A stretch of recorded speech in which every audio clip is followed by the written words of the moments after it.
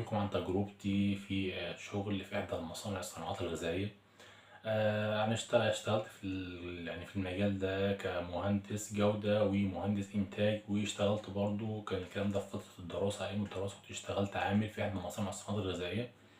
هيتكلم معاكم بالتفاصيل عن الشغل في مجال المصانع، وطبيعة الشغل عاملة ازاي، والمرتبات والأوراق المطلوبة، وكمان يعني مين اللي ممكن يقدر يشتغل مثلا في المجالات ديت، خريج زراعة، خريج ايه وخريج ايه. ايه هي اللي ممكن نشتغل عليها مثلا زي كورسات او حاجات زي كده، ايه اللي ممكن نقدر نشتغل عليه، او ممكن يعني يبقى يدينا فيدباك او يدينا اولوية، او يبقى في يعني في ميزة نسبية شوية اللي أنا نقدر مثلا نشتغل في المجال ده، يبقى عندي حصيلة معلومية كويسة وأنا بنشتغل مثلا، أو أنا لسه طالب، أو لسه خريج وعايز يعني ناخد خبرة على المجال في مجموعة كورسات هنقول عليها.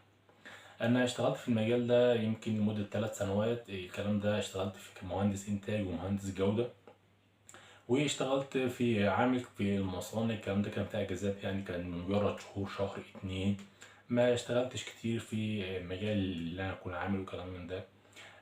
ميزة العمل في المجال ده يا جماعة هي موسميا بتبقى على حسب المحصول. يعني أنا كنت شغال في شركة، يعني في شركة بتصدر خضار لبره، ويجي لك الخضار بتعمل عليه عمليات تصنيعية وبعد كده بتعبيه وبيصدر لبره. كان بيجي لنا بامية، كان بيجي لنا ملوخية، بيجي لنا سبانخ، خرشوف، بيجي لنا دوات برضو بعض الفواكه زي الفراولة، المانجا، بالإضافة لمجموعة يعني منتجات متفرقة طبعا.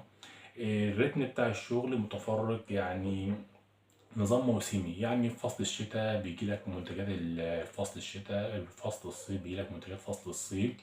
أي منتج من المنتجات اللي بتجيلنا ديت أنت بتتعامل معاه من أول ما بيجي. بتقيم الشغل، بتكون في مجموعة موردين طبعا على حسب الموسم. مثلا هنقعد مثلا كمثال كموسم، الموسم اللي هو في الصيف، مثلا موسم البامية أو الملوخية.